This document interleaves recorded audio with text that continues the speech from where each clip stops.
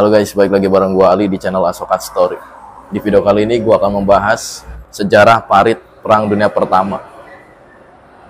Sebelum gue lanjut ke pembahasan intinya, gua akan bahas Perang Dunia Pertama dimulai pada tahun 1914 dan berakhir pada tahun 1918.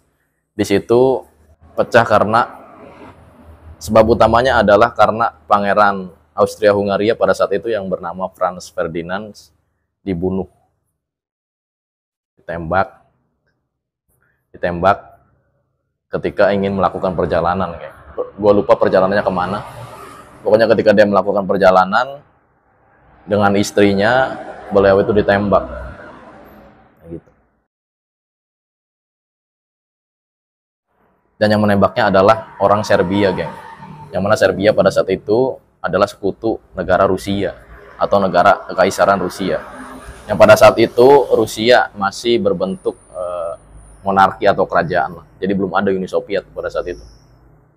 Dan pada saat itu pemimpin Rusia adalah Tsar Nicholas II. Tsar itu kayak apa sih, kayak kaisar atau presidennya lah kayak gitu. Jadi ada dua blok nih, geng. Blok Entente dan juga blok Axis. Blok Entente ada Rusia, terus Inggris, Prancis, dan juga Amerika. Itali juga tuh masuknya blok Entente. Kemudian di blok Axis-nya itu, kemudian di blok Axis ada Jerman, Austria-Hungaria, dan juga Kekaisaran atau Kesultanan Turki Ottoman. Nah, pada saat itu jadi peperangannya itu beda. Kayak Perang Dunia Kedua beda, geng. Kalau Perang Dunia Kedua kan kadang defensif, kadang juga nyerang gitu kan. Tapi lebih banyak menyerang sih kalau ketika Perang Dunia Kedua. Ketika Perang Dunia Kedua itu lebih banyak nyerang. Tapi walaupun masih ada lah beberapa yang masih sembunyi di parit gitu kan, terus bangkit lagi, perang lagi kayak gitu. Tapi ketika Perang Dunia Pertama, kebanyakan mereka itu di parit, geng. Jadi defensif kayak gitu.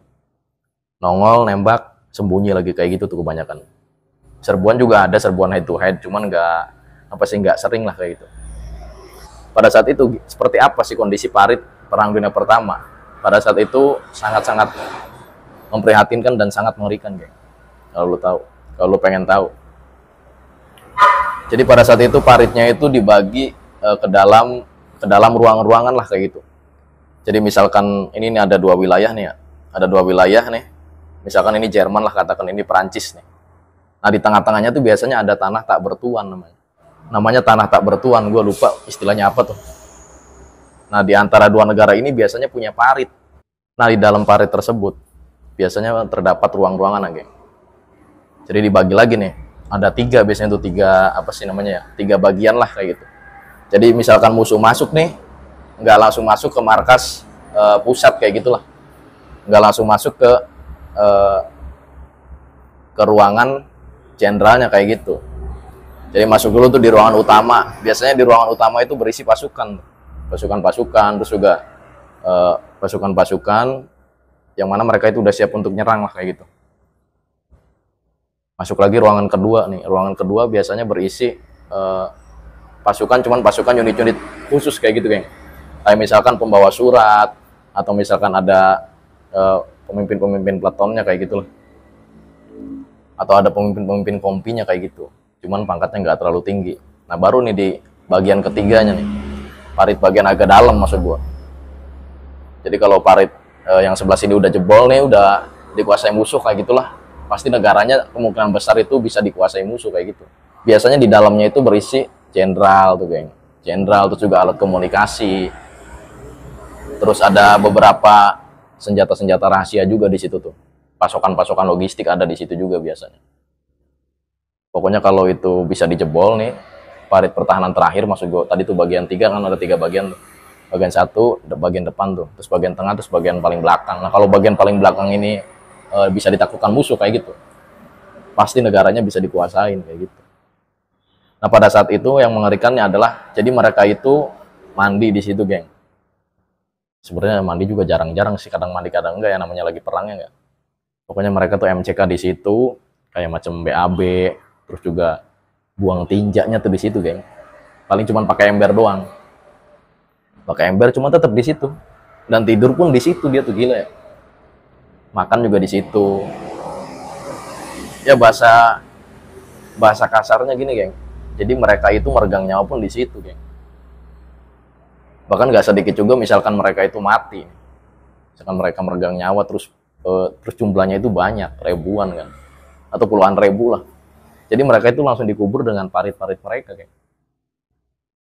Jadi secara nggak langsung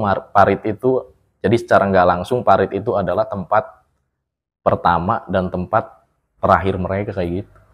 Ya kan, ketika mereka baru datang ingin memulai peperangan kan mereka di situ tuh. Di bagian senjata di situ, diskusi juga di situ, rapat di situ, nyerang juga kan di situ. Dan ketika mereka meregang nyawa pun di situ juga sama. Dan di antara mereka nggak sedikit juga yang kena penyakit tuh, geng. Penyakit kaki parit. Kaki parit itu kayak macam kutu air, cuma lebih parah lagi, geng. Jadi kakinya itu sela-sela kakinya nih.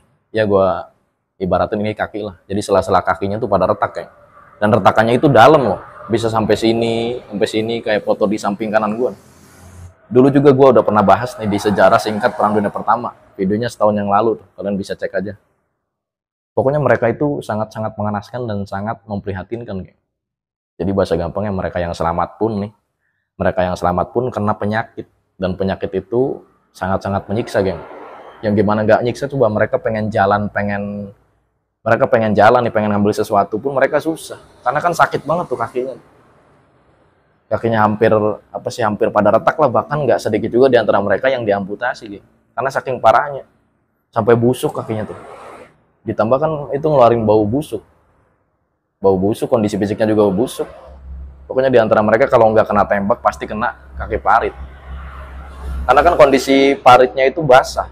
Kondisi paritnya basah, kotor, apalagi mereka itu kan BAB di situ, terus juga buang air kecil di situ. Kadang-kadang ada cairan merah dari jasad temennya. Pokoknya semua kotoran numpuk di situ kayak gitu, geng. Ya walaupun nggak setiap saat juga kan, kadang-kadang mereka bersihin juga. Cuman kan sebersih-bersihnya di paritnya nggak kayak gimana sih. Pokoknya kalau mereka nggak kena kaki parit atau mereka itu nggak kena tembak, pasti mereka kena mental, geng. Dan nggak sedikit juga di sini yang kayak gitu tuh kena mental. Kayak misalkan dia susah diajak ngobrol, atau dia kayak mau nyerang siapapun. Jadi dia udah nggak kenal tuh temannya mana, musuh mana dia nggak kenal. Karena mentalnya udah kena. Saking ngerinya dan saking membuat mental itu down, geng. Peristiwa peperangan tersebut. Padahal kalau dari segi senjata lebih mematikan dan lebih menyeramkan ketika era Perang Dunia Kedua dibandingkan Perang Dunia Pertama. Cuman kalau dari segi tempat tinggal lebih miris dan lebih memprihatinkan. Ya bahasa gampangnya lebih menyeramkan Perang Dunia Pertama, geng. Karena tadi itu gue bilang di parit terus. Jadi mereka kan ya jenuh iya, takut juga iya. Pokoknya campur aduk lah di situ tuh.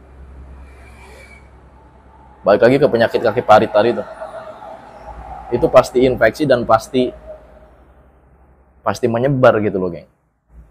Karena kan ya tadi seperti gue bilang, kotoran di mana-mana. Jadi tempat tinggal yang mereka injak atau tanah yang mereka injak itu udah nggak steril, geng. Kadang-kadang kan tercampur bubuk mesiu, bekas bahan peledak.